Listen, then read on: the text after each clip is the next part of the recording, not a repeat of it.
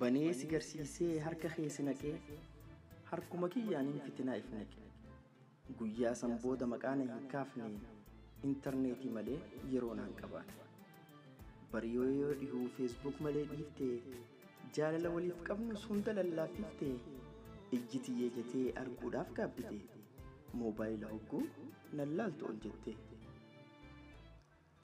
Facebook godhattee afataaf uffata yoomuma qalbiidhaan ana bira ciiftaa halkanis hin galtuu intarneetii keessaa firraa maradheetiin ani kophaa ciisa. Maaliif hin feenee na waliin haasa'u Facebook baanan dhiirsa siif hin ta'u bultii teenya diiguu fi barana Facebookii anjaartiin fuudhe moo social networkii anjaartiin fuudhe moo social networkii.